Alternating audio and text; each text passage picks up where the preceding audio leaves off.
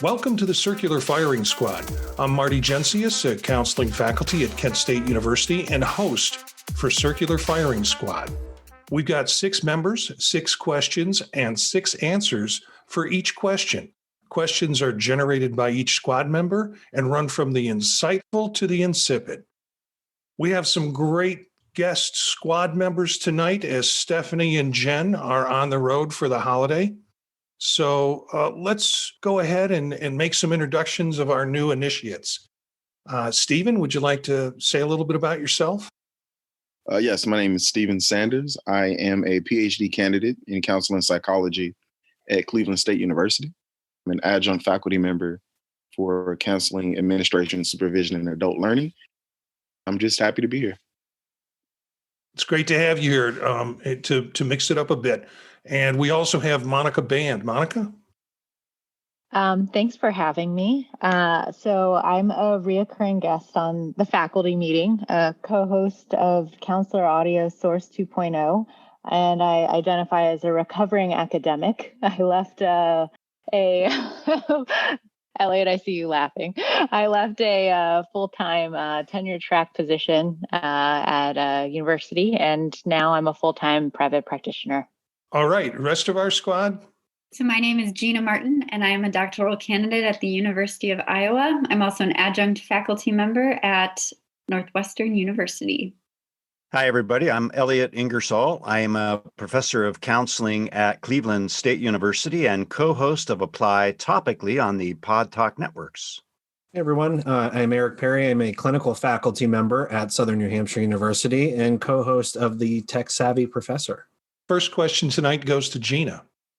All right. So we're kicking it off with, how do you all help future counselors avoid burnout? We'll start with Elliot. Well, that's a tough one for me. I have a Wile E. Coyote kind of approach to life where my ADHD brain just wants to find out where the edge of the cliff is and then go over. And then I'm like, it's back there. Okay. So knowing that about myself, I really want people to learn their style. Some people do have balanced lives and it's good for them. I'm not one of them. But you have to figure out, what is my style?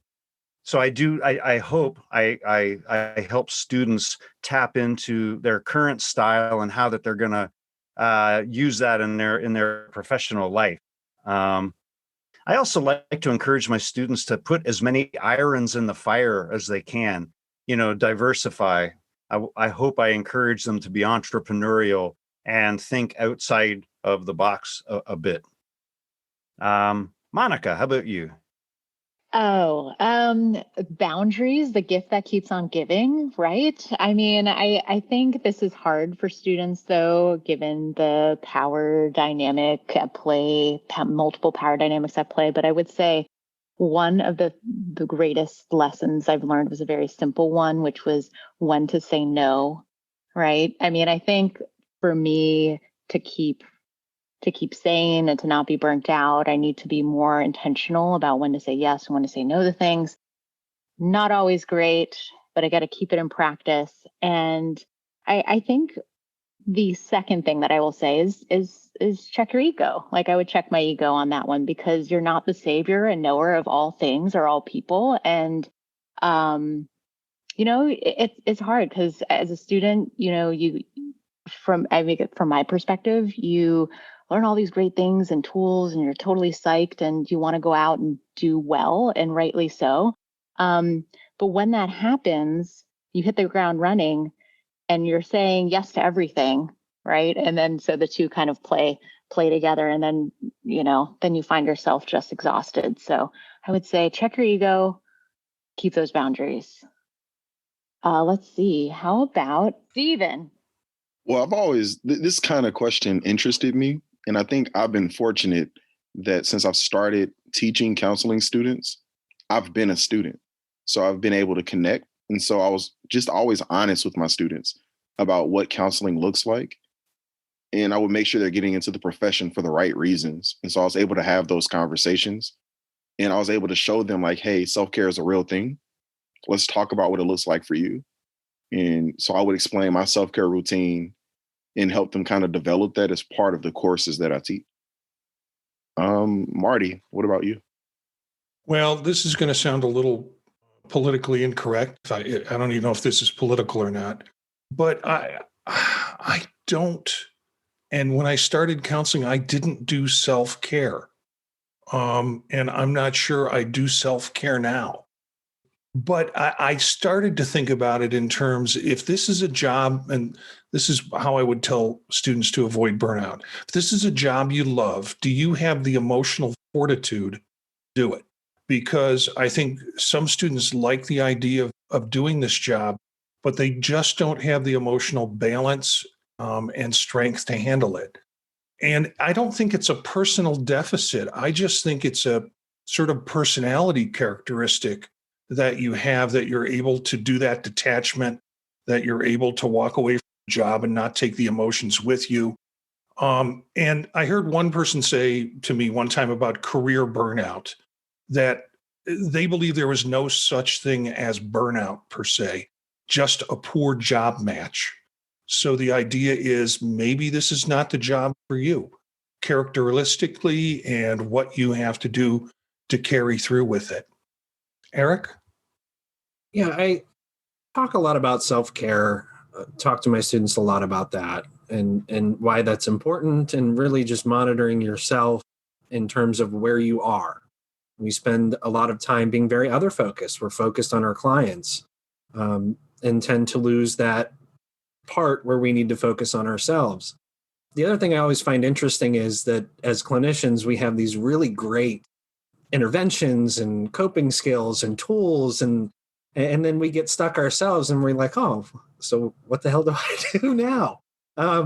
Even though I've given so much to everyone else, I don't pick these things up myself. So we have all of these tools, these interventions, these actions that can help us cope, that can help us deal with burnout, but we have to be willing to use them ourselves as our clients do. Gina. So I'll wrap this one up. The main thing, so where this question came from was, I've had many conversations with students as they're beginning their program, their master's program, and oftentimes it's the first time that they're entering into graduate school, which is oftentimes a scary, and like Stephen, you just mentioned too, you have been fortunate enough to also be a student during this time. So you know a little bit about what's going through their minds, what's going on. It's almost a parallel process happening. And I think that's something that has also worked in my favor as I coach students on this. And I agree, Marty, with what you said about how maybe there's not really burnout. It's more of not a good fit.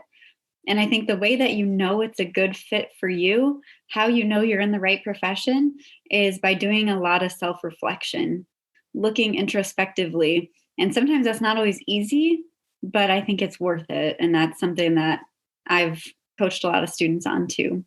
So that would be my answer. Do a lot of self-reflection, make sure that this is what you really want and that you're willing to put up with the hours, the pay, the clients, the emotional taxing on you, and all that good stuff. So next question goes to Elliot.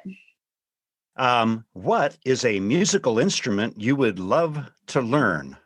Monica, let's start with you.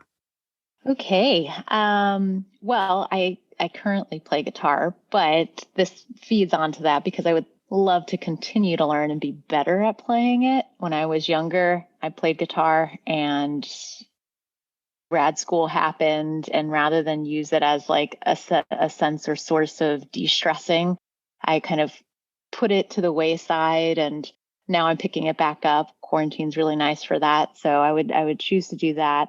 And I also used to play the drums, but unfortunately, when I was in my master's program, I had to hawk my cymbals because I couldn't pay for books. So it's a really sad story about having to get through graduate school and lose my musical abilities. But I'm hoping to get back to it, and yeah, so guitar and being better at that. Stephen, what about you? Well, I learned how to play several brass instruments between middle school and high school and college. So I've always wanted to learn how to play the saxophone.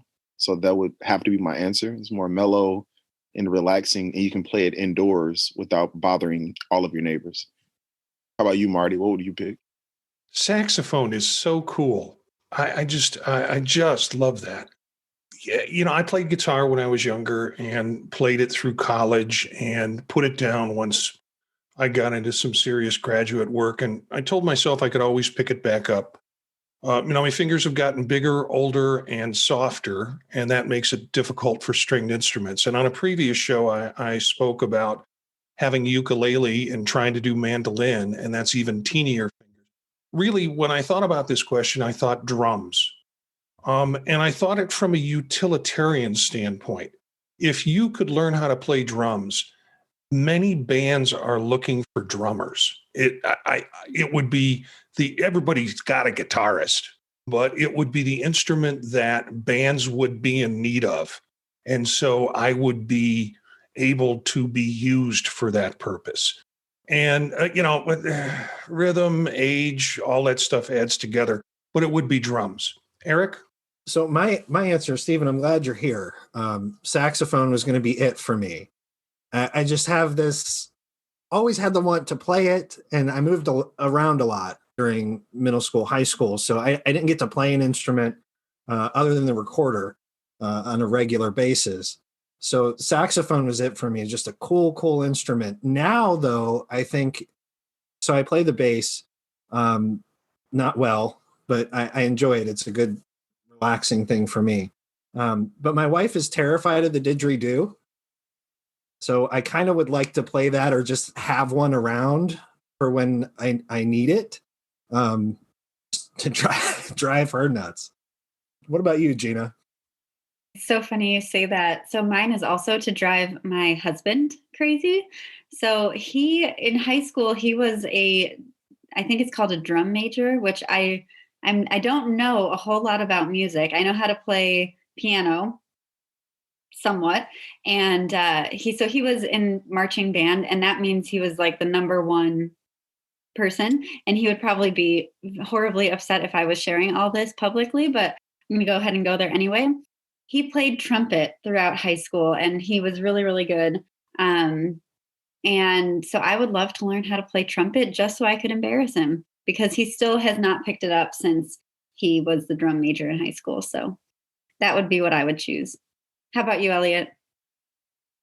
Well, I've already shared on previous episodes my pandemic project about proper drumming. So I've been working on an electronic drum kit, and working on that.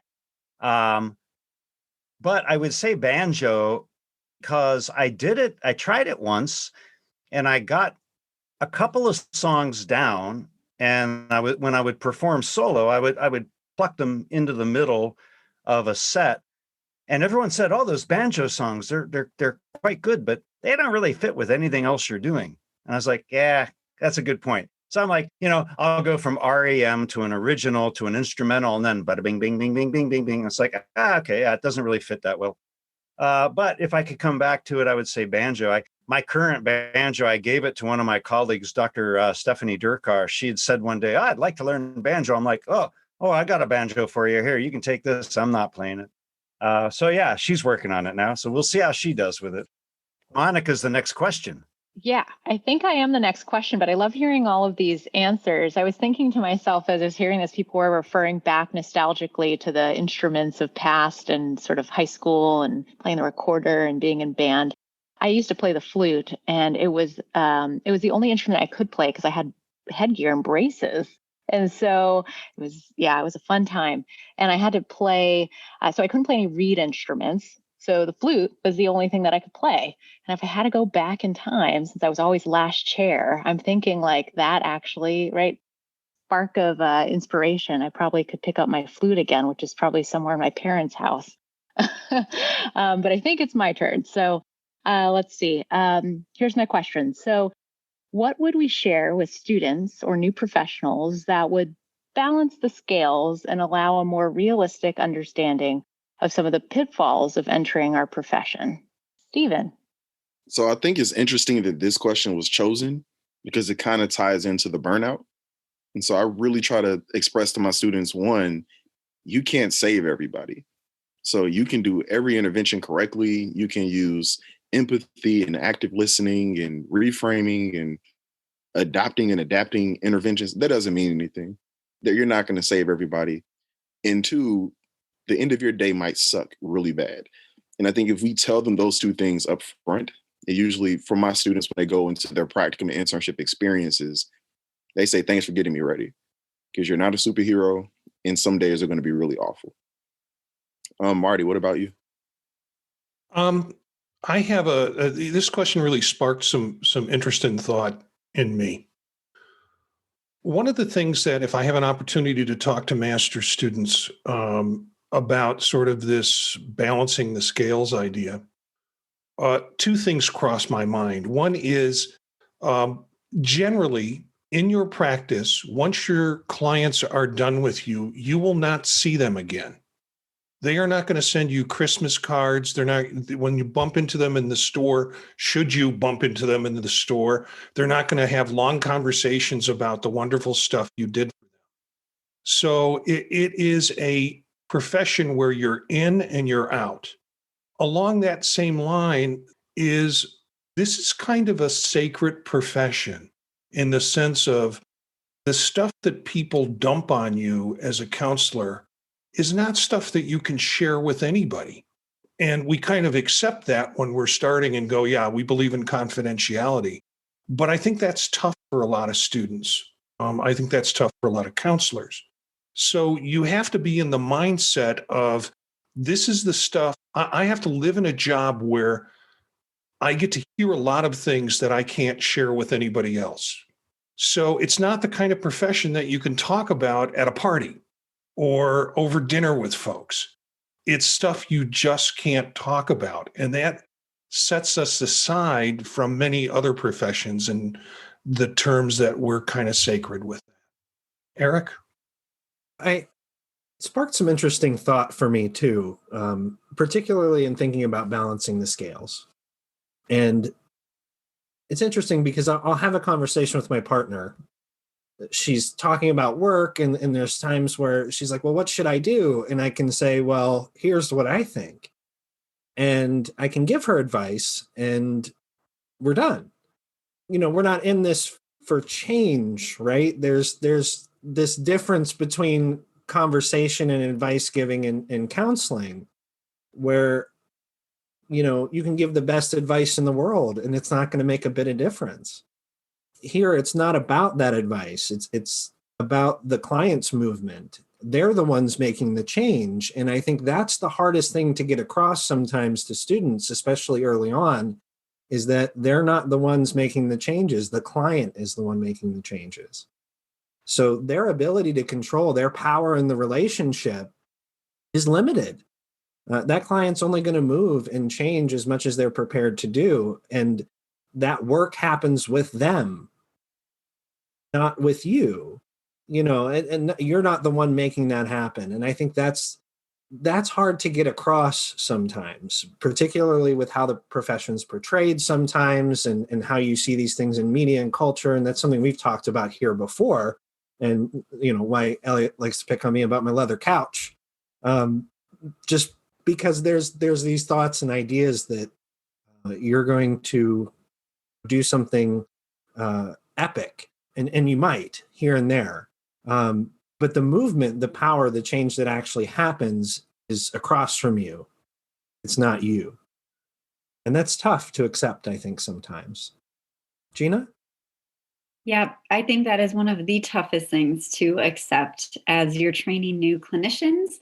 One of my favorite things that we do in one of the classes that I teach are these role plays. And I think I've talked a little bit about them in here too. And every time we do these role plays, students will go straight into, so I'm here because I'm feeling down, I'm depressed, things aren't going well, I have no motivation. And the student role playing the clinician will be, okay, so you're sad. I'm hearing that you're sad. Yeah. Well, have you tried X, Y, and Z? Have you done this? Have you done that?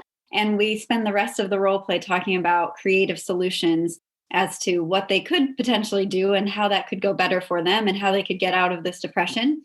And when we convene as a class afterwards, the consensus is always, well, how could that have gone differently?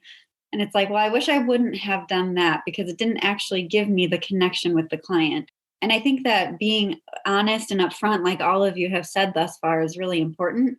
But I also think being transparent about our own struggles, right? When we were stepping into that role, when we were going through that, I too wanted to fix every single client that walked in, right?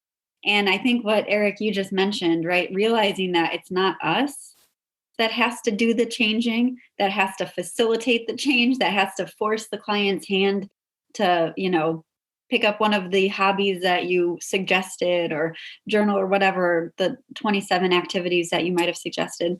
But it's more about being there, driving that connection and that kind of thing. So I think being transparent with that process is what I would offer up with that question.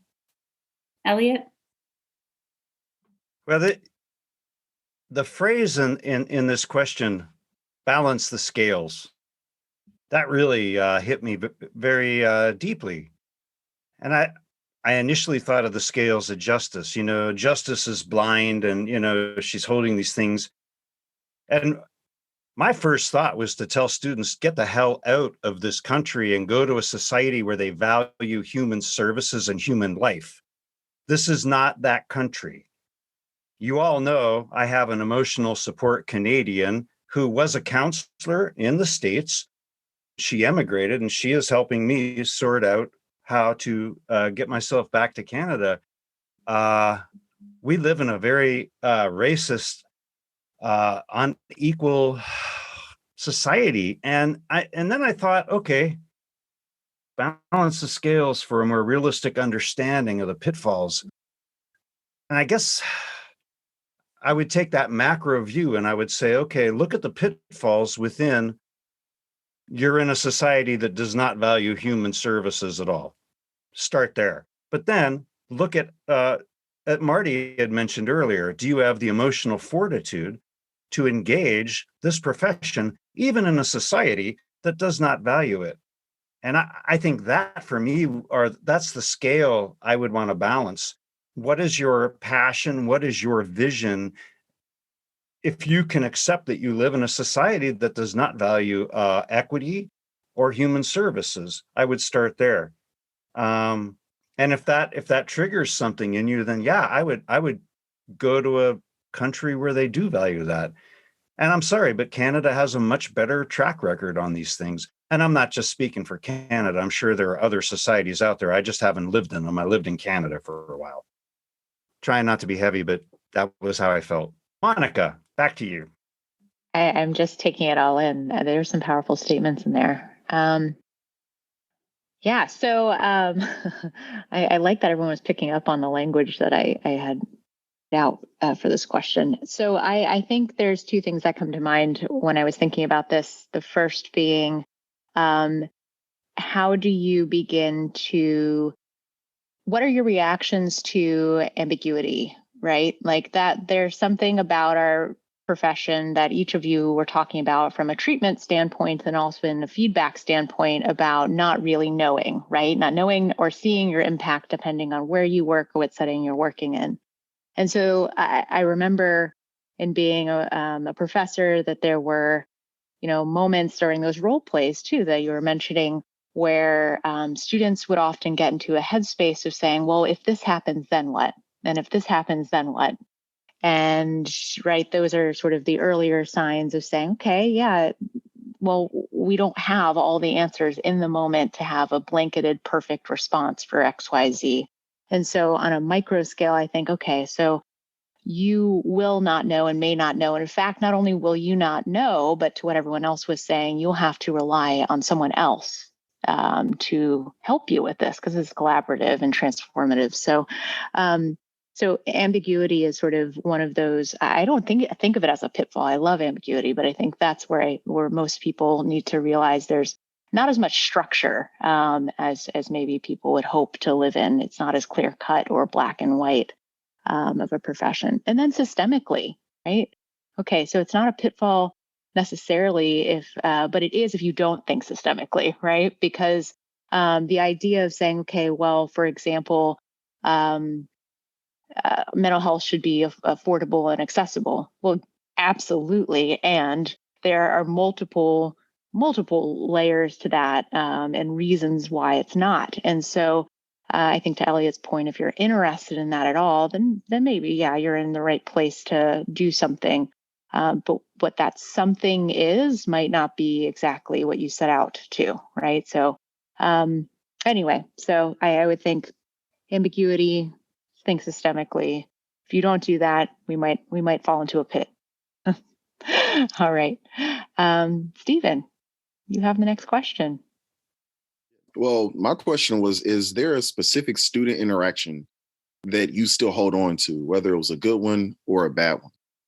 Go ahead, Marty. It's on you, buddy.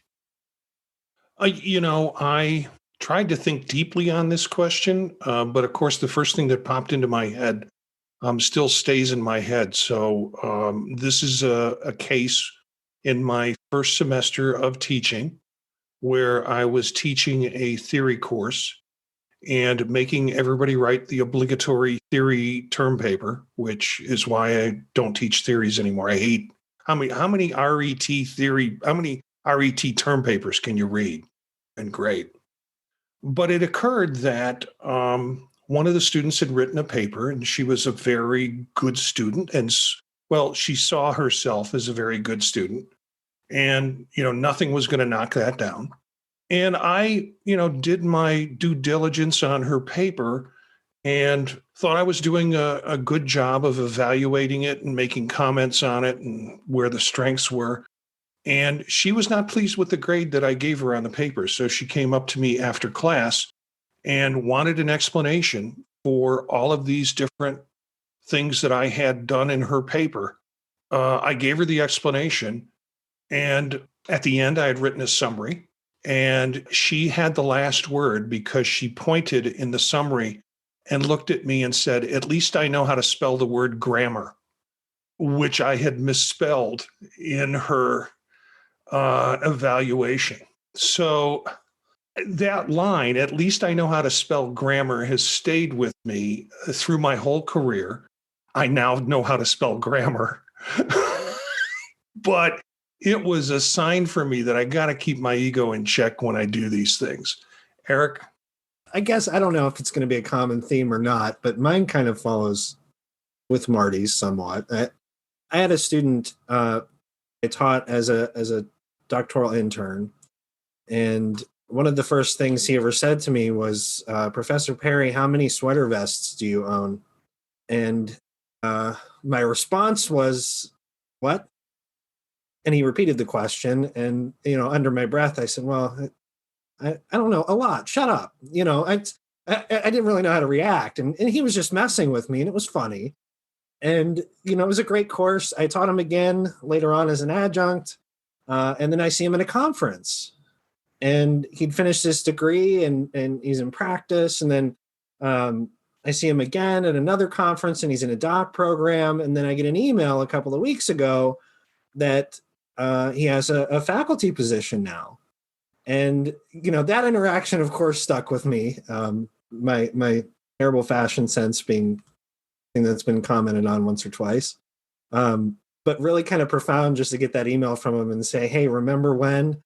And to have this history with him this whole time, to see him really get to where he wanted to be, and just to be a really motivational story for me, to see him go through this and have some part in his development and journey was really fabulous.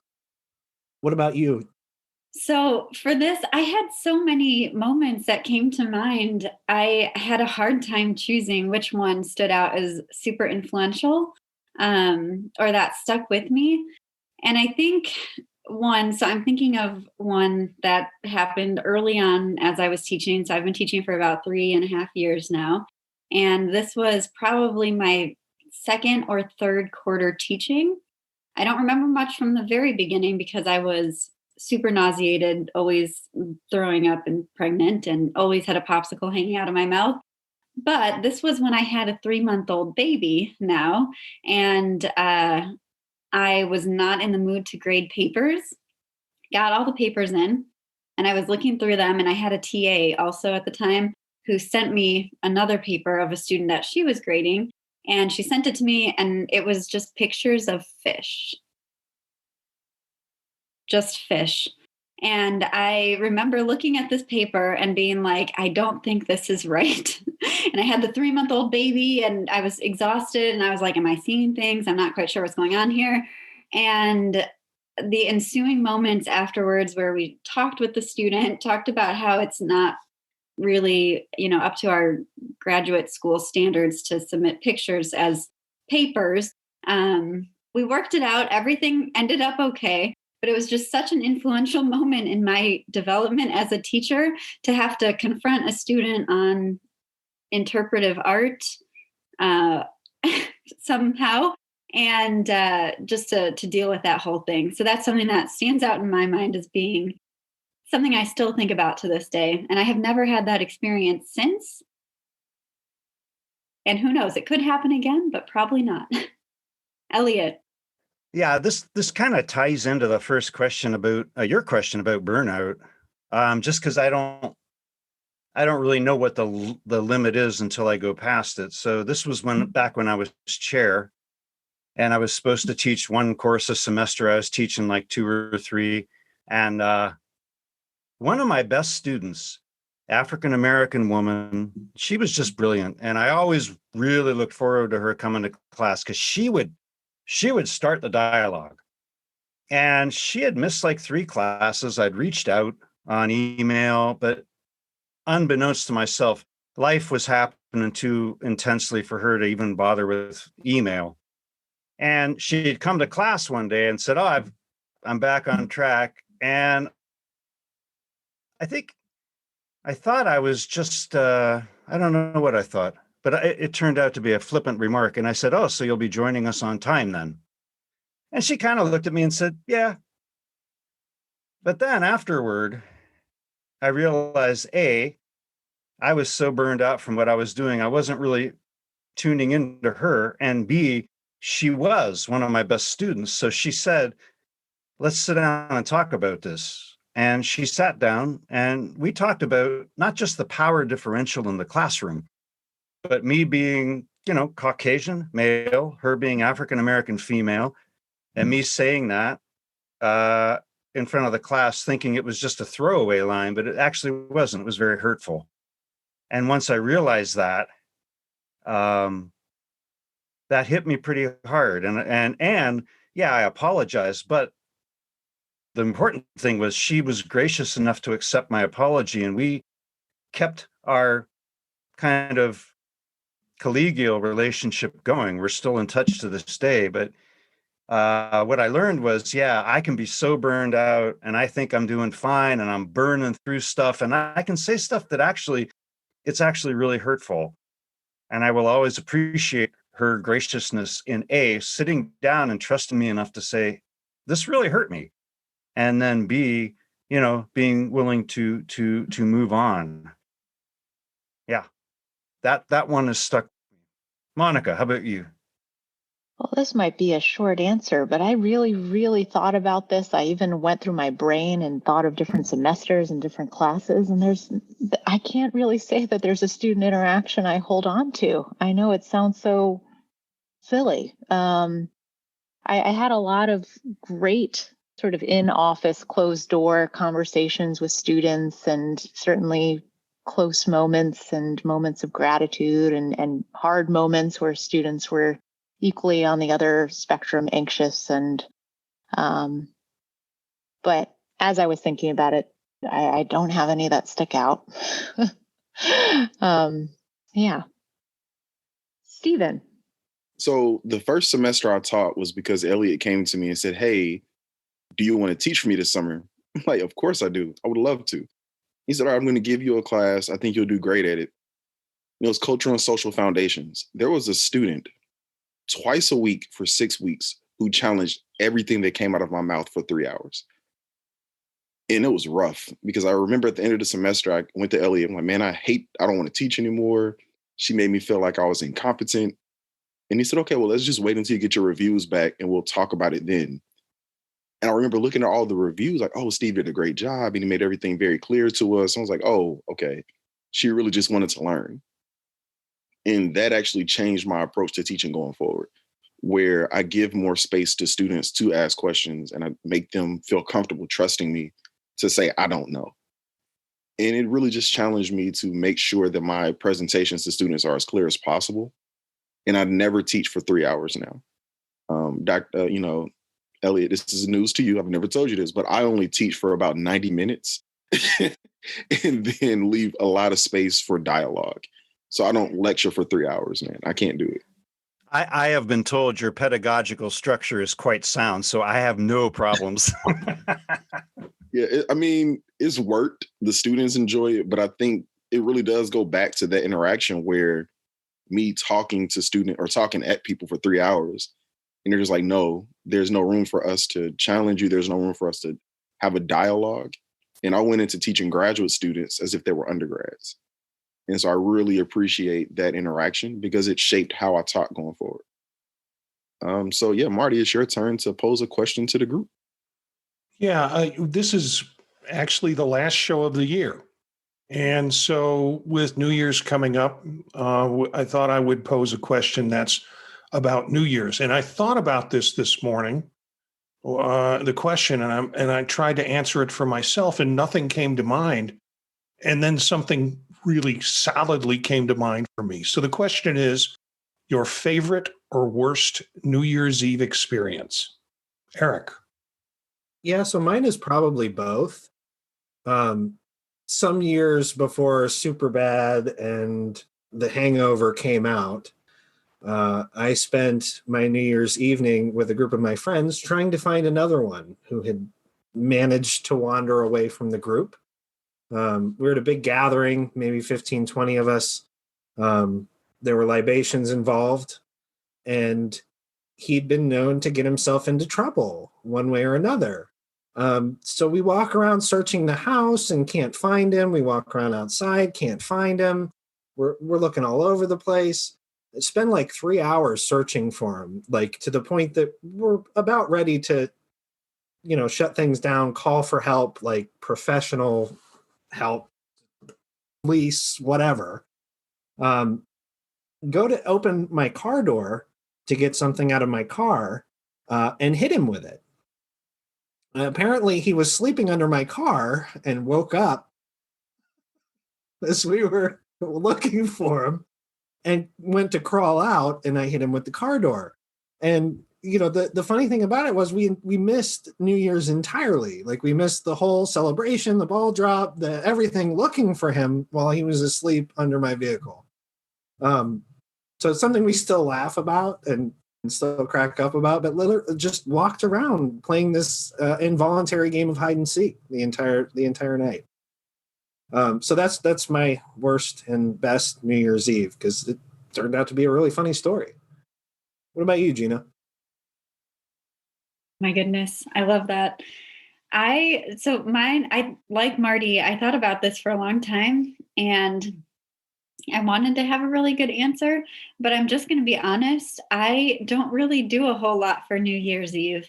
My little family of the three of us has started a new tradition where every New Year's Eve we go to like Michael's or Hobby Lobby and get a bunch of those like scrapbooking stickers, and we put together a page that summarizes the year. And we do that, and then we usually go to bed around like 9:30. We don't even wait up for any of the festivities because we're morning people and we're very boring. So that's our New Year's Eve, and that's how I've spent the last several New Year's Eves, and how I will continue to spend them for the near future. How about you, Elliot?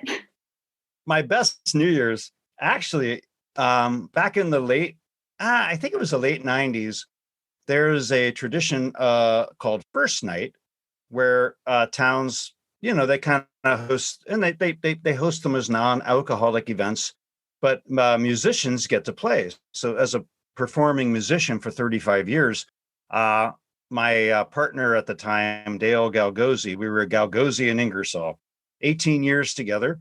And we were part of the Ohio Arts Council. And Dale booked the gigs. And he managed to book 3 first night gigs, one in Akron, one in Youngstown, which is an hour away, and then another one in Canfield, which is 40 minutes from Youngstown. And he said, I think we can do it if you drive fast. And I'm like, I can do that. So, yeah, I broke a lot of land speed records, no speeding tickets. We made all 3 gigs and they paid very well. This was back in the heyday of live music. But that was probably, I'm thinking it was about 2000 or 2001, but that was probably the best New Year's that I can remember myself. How about you, Monica? Okay. So my best, most memorable New Year's, I was in New York City with my partner and their cousin and their then, I think, fiance. And we went to this hotel called the McKittrick Hotel. And there's this theater group that ended up doing this Shakespeare's like Macbeth experiential theater with with through like a film noir lens. It's bizarre. I know it sounds it, but it was incredible. And so you walk into you're in the scenes of these really intricate scenes and you're watching sort of in real time a play unfold, except you feel like you're on or in the stage. And you ended up following, you can choose sort of like a choose your own mystery. You end up following characters throughout this hotel to figure out the plot line and story. And then when it's done or closer to midnight, the play's over and you end up on these multiple floors of crazy hijinks and fun. And so that's all I remember. And then till the dance part, but it was fun. And that was probably my best New Year's. Stephen. All right. So this question made me laugh, and my answer is technically cheating because it wasn't New Year's Eve, but it was New Year's Day. And I'm going to preface this by saying I'm going to regret my answer twice, possibly. Once when the podcast is released and my fiance listens to my answer, and 2, if Ohio State beats Clemson and has to play Alabama in the finals, because my best New Year's Day was living in Northern Alabama in 2014 and watching Ohio State beat Alabama in football. It was glorious. Living in Alabama for 12 years and hearing the whole Ohio State can't beat SEC teams and nonsense, and then to knock off the crown jewel of the Southeastern Conference in football, first round of the playoffs, the first time the playoffs are held, and to ultimately win the national championship, that was hands down the best New Year's Day of all time for me. What about you, Marty? Well, I said when I first thought of this question that I really didn't have an answer for it. Like many of you, or some of you have said, we don't do a lot on New Year's. Aileen and I refer to it as amateur night, basically. Some of us who've been professionals at times in our lives know how to manage it better, but it's where all the amateurs go out. So we have a tendency to kind of stay at home and enjoy ourselves. But then I remembered, and this occurred in the last 20 years, Kent State was teaching school counseling in the Bahamas. And I would have to fly down to the Bahamas on the weekends to teach a course on Friday night and Saturday, and then I'd have Sunday there. Sometimes I'd go down on Thursday. But I started to develop a lot of relationships with friends and people there and the students in the class. And it came for graduation time, which was going to be held January 5th. And I had one of the students say, why don't you come down for Junkanoo, which is January 1st. And that's the big Bahamian celebration with bands and horns and dancers. And the person who invited me, her husband was like one of the deputies or assistant chiefs of police. So we got to go everywhere without any problem. We were able to cut through lines and get, and so I had a wonderful time that night. I stayed up all night. Now, between Junkanoo and the the graduation, where the rest of the faculty came down, I was being held hostage to finish writing, which is what I usually do over break. I really don't have a break. I'm just being held hostage for writing. And I can also recall the chapter that I wrote those 5 days that I was there waiting. That turned out to be my favorite New Year's Eve experience. And going into that question, I didn't really have an answer for it till I reminded myself that I abandoned my wife and kids and went down to Junkanoo. So next question goes to Eric. I'm curious, how do you navigate questions from students that might be at the limit of your professional experience or qualifications or training? And I'll get to how this came up for me a little bit later. I love this question. So I love when this comes up. Well, let me back up. So I feel like I'm always pushed to the brink of my scope of knowledge.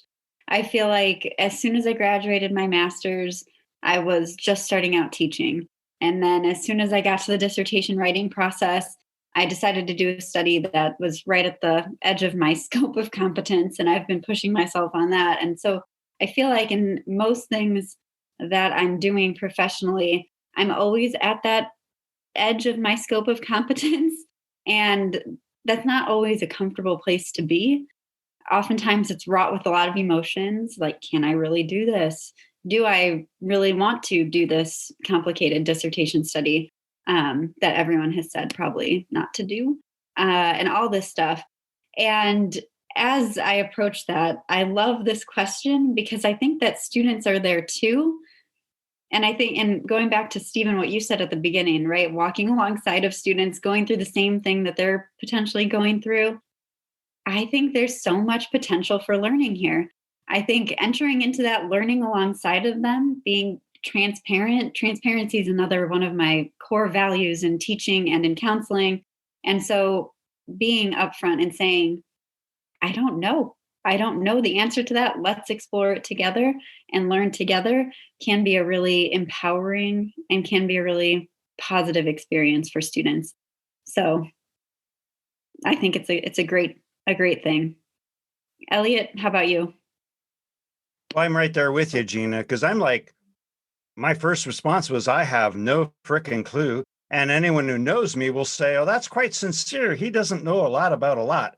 And then I'll say, well, okay, let's explore it together. And a lot of times, and this is where, as much as I bitch about the 21st century, students will have laptops and they'll be pulling stuff up and they'll be like, well, how about this? Well, how about this? And I'll be like, all right, let's talk about that. Now, what's the source for that though? Let's check the sources. We want to make sure it's not a MAGA site about mental health where you just wear a red hat and everything goes away. No, we want to make sure that it is peer reviewed and, it has actually some relevance to what we're talking about. But yeah, I'm like, I am at that point in life where the older I get, the more the things that I am learning are just about how much I don't know. And if the class can engage that, I'm very excited about that. And I think that's a good pedagogical tool as well. I guess that's transparency, but it's also like, well, yeah, not one person can know everything. So let's explore it together. How about you, Monica? Yeah, I'm definitely in the mindset of the more you know, the more you don't, and right alongside in practicing humility I think there is a way to say, I mean, it's a couple step process for me. It's like, yes, I don't know the answer. I don't know maybe exactly what you're seeking for. I missed the mark here.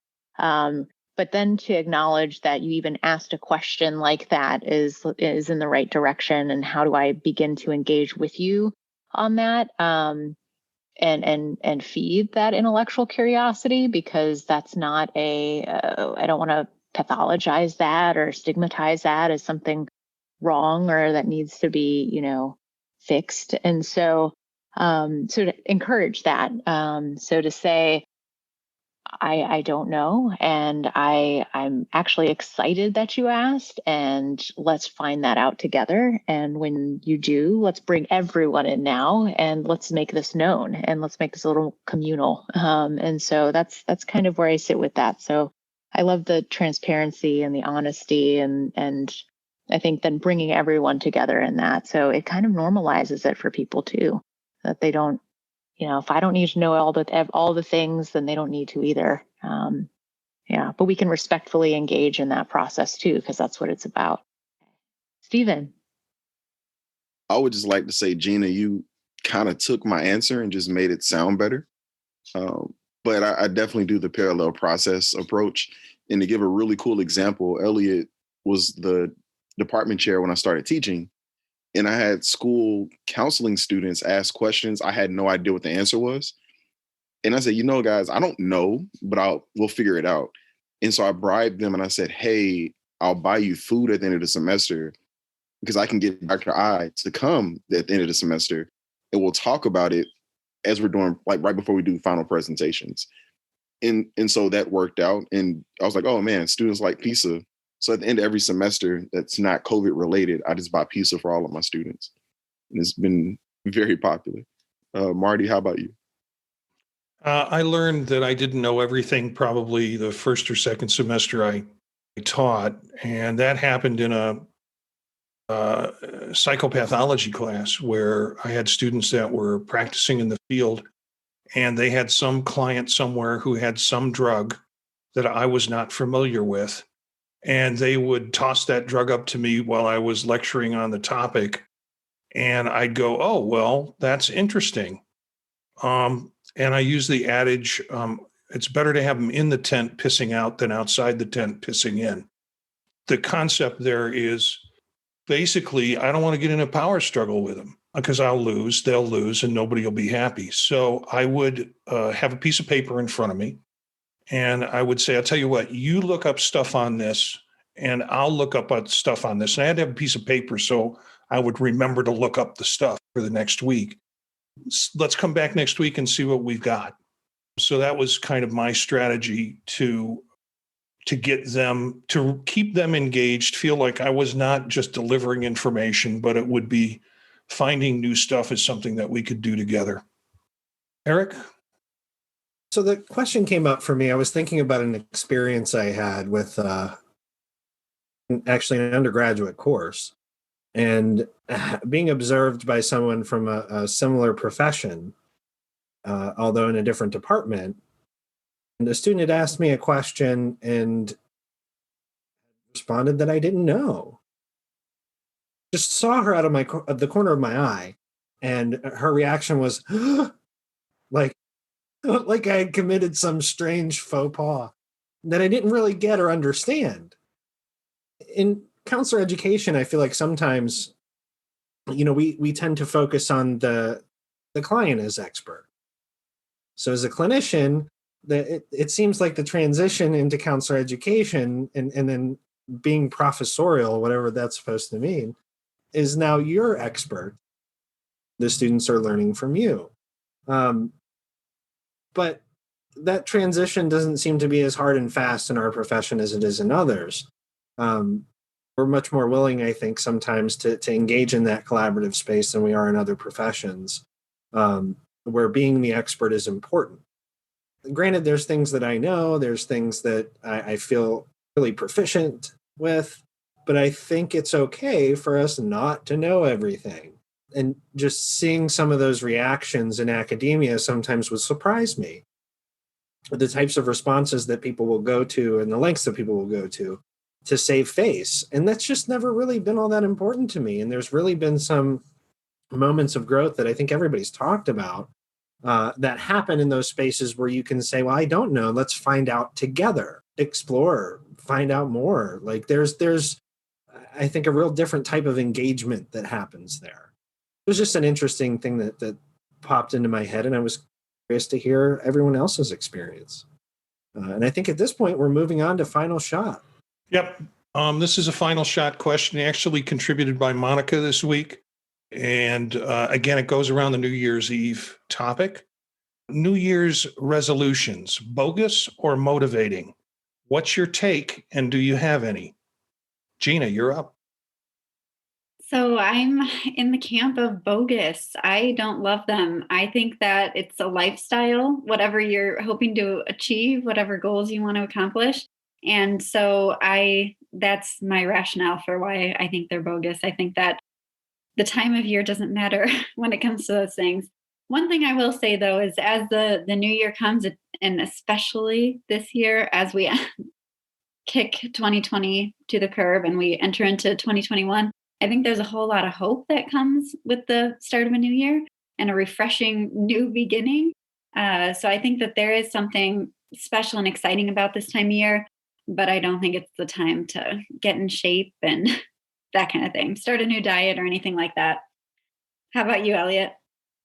As a queer person and as someone who identifies more as Wiccan or pagan, my New Year starts at Samhain. And, technically it's November 1st, but the celebrations start October 31st. And that's the way I mark the New Year. And I remember the last time I taught CNS 504 multicultural counseling, I put all of the calendars, I put the Themic calendar, the Islamic calendar, the Hebrew calendar, I put them all on the syllabus, and I made students try to figure out what we were going to cover day by day, because there's all these different calendars. I like the pagan Wiccan calendar, and so, I go with that. I think the Gregorian New Year, such as it is, it's fine for sharing sex or sharing drink, but I don't put much stock in it other than that. Monica, how about you? I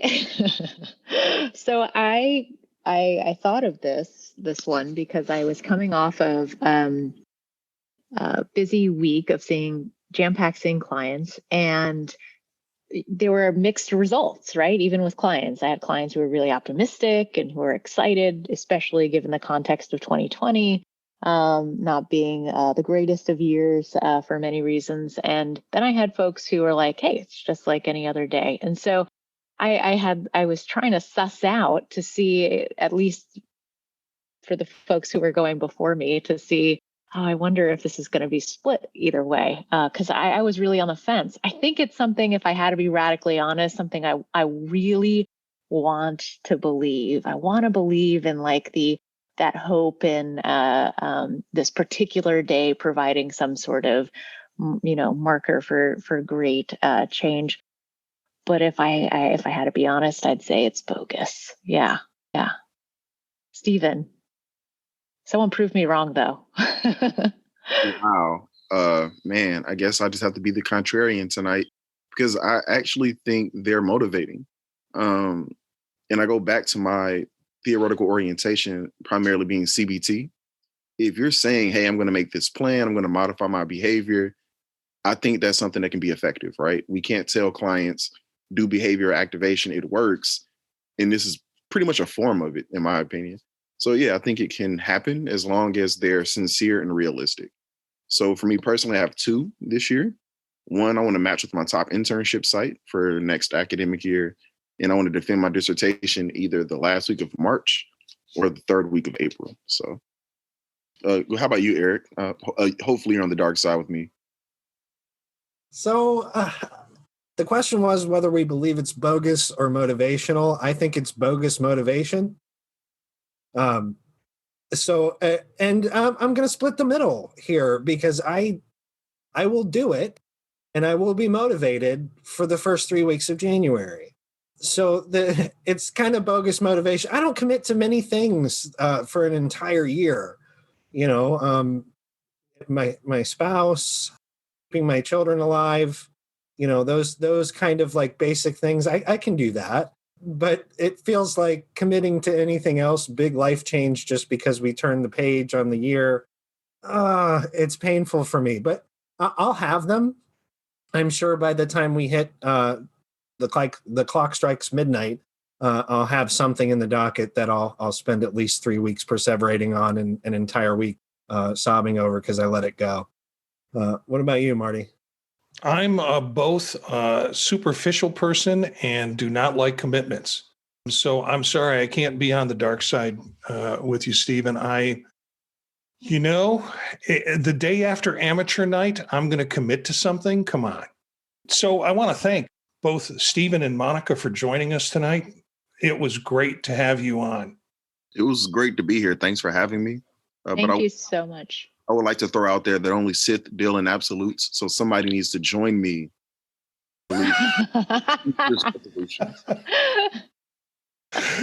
Okay, I'm still not convinced about that. But what did we learn today? For Gina, interpretive art doesn't cut the mustard in her class. With Eric, sweater vests haunt him and will continue to haunt him apparently for the rest of his life. Elliot always makes a gig, even if it has to speed to get there. Monica likes film noir Shakespeare, and Stephen knows no joy like when Ohio State beats up on the SEC. Thanks to the squad, Gina, Stephen, Eric, Monica, and Elliot. Look for some of these characters on their podcasts on thepodtalk.net. You can find out more about them at circularfiringsquad.net. Our theme music is from Menage a Quad, Real Swing Shet. That's it for this episode of Circular Firing Squad. Ready, fire, aim.